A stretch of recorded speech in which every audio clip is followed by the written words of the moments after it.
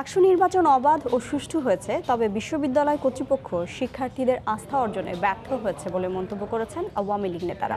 সকালে জাতীয় প্রেস ক্লাবে ৭ মার্চ নিয়ে এক আলোচনা সভায় তারা এ মন্তব্য করেন।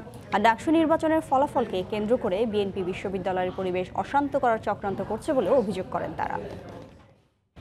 দীর্ঘ ২৮ বছর পর ডাকসু নির্বাচন হয়েছে, এই নির্বাচনটাকে নিয়েও তারা কিভাবে কথাবার্তা বলছে আপনারা লক্ষ্য করেছেন। আজকে ছাত্রলীগ পরাজয় স্বীকার করে নিয়েছে বিপদে।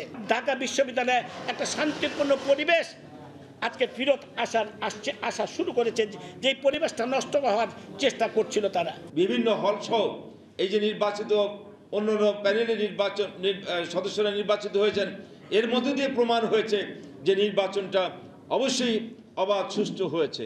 আমি মনে করি যে ঢাকা বিশ্ববিদ্যালয়ের কর্তৃপক্ষ তারা সকল ছাত্রছাত্রীদের আস্থা অর্জনে কিছুটা হলেও তারা ব্যর্থ হয়েছেন। দুপুরের সময় আরও থাকছে।